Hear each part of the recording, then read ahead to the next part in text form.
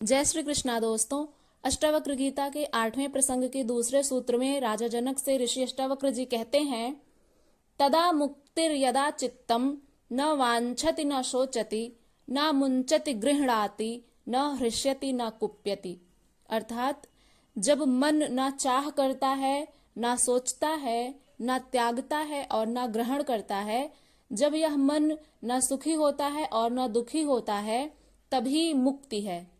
अष्टावक्र जी कहते हैं कि जब चित्त ना किसी चीज की चाह करता है, ना उसके बारे में सोचता है, ना किसी चीज का त्याग करता है, ना ग्रहण करता है, जब यह मन ना सुखी होता है ना दुखी होता है, तभी जाकर के इस चित्त की मुक्ति होती है।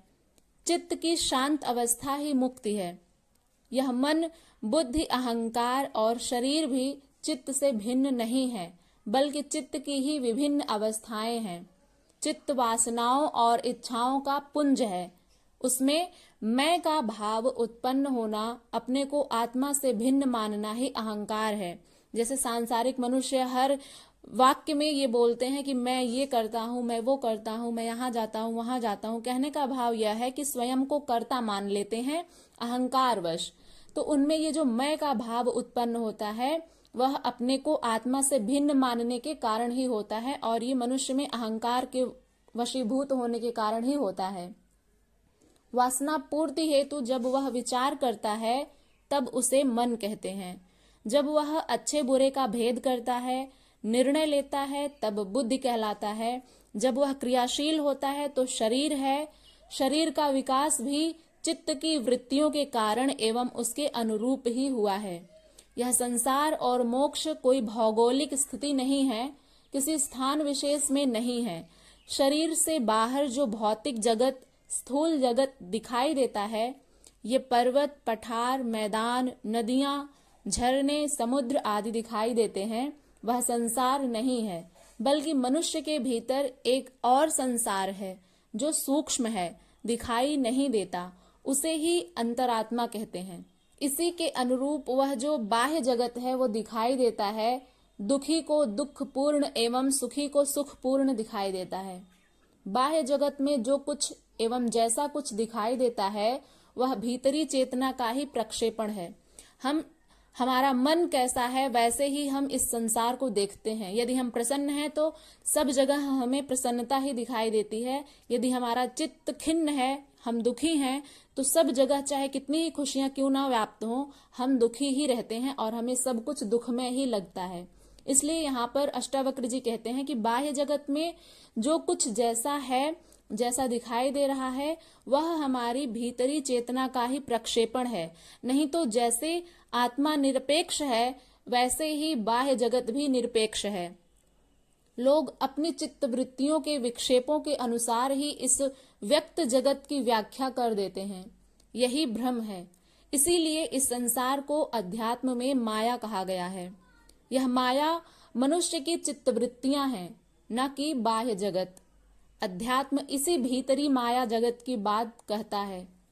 इसी प्रकार मोक्ष भी कोई भौगोलिक स्थान नहीं है कि वह इस भौतिक जगत से मरकर किसी सिद्ध लोक में जाकर बैठ गए अथवा किसी सिद्ध शिला पर बैठ गए, बल्कि चित्त की आत्यंतिक रूप से शांत हो गई अवस्था है, जिसमें न कोई वासना है, न इच्छाएं हैं, न विचार हैं और न ही कर्म। यही चैतन्य की उच्चतर अवस्था है। यही आत्मा का स्वरूप है।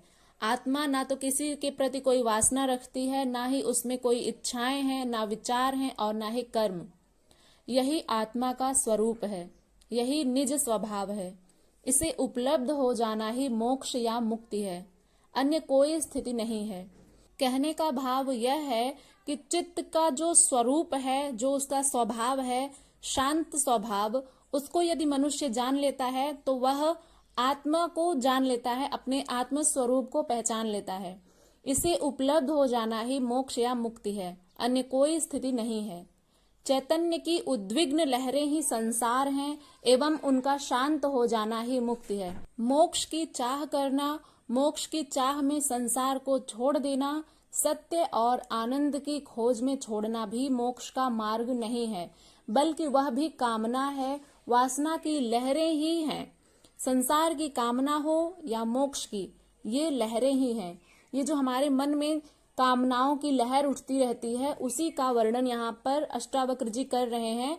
वे कहते हैं कि यदि आपको मोक्ष की चाह है, मोक्ष की चाह में यदि आप संसार को त्याग देना चाहते हैं, सत्य और आनंद की खोज में छोड़ना भी मोक्ष का मार्ग नहीं है, बल्कि वह हमारे चित्त की एक कामना है कि हम आत्म स्वरूप को यानी अपने आप को या फिर ज्ञान की प्राप्ति हेतु हम इस संसार को छोड़ करके जा रहे हैं।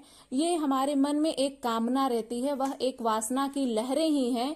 संसार की कामना हो या मोक्ष की, वो कामना ही होती है, हमारे चित्त की लहर ही होती है। विषय बदलने से लहरों में कोई अंतर नहीं आता है। कहने का भाव यह है कि यदि हम पुण्य अर्जित करना चाहते हैं या फिर हम चाहते हैं कि मोक्ष की प्राप्ति हो, तो यह भी एक कामना ही है। इसका अर्थ ये नहीं कि हमारा चित्त जो है मोक्ष की प्राप्ति चाहता है तो ये बहुत अच्छा है, ये भी एक कामना ही है। और दूसरी तरफ यदि हम कुछ अर्जित करना चाहते हैं या फिर हमारा मन किसी की तरफ आकृष्ट हो रहा है, तो वो भी एक कामना ही होती है हमारे चित्त की। तो कहने का भाव यह है कि इन दोनों में कोई अंतर नहीं है, दोनों ही हमारे चित्त की लहरें हैं, उसकी कामना है।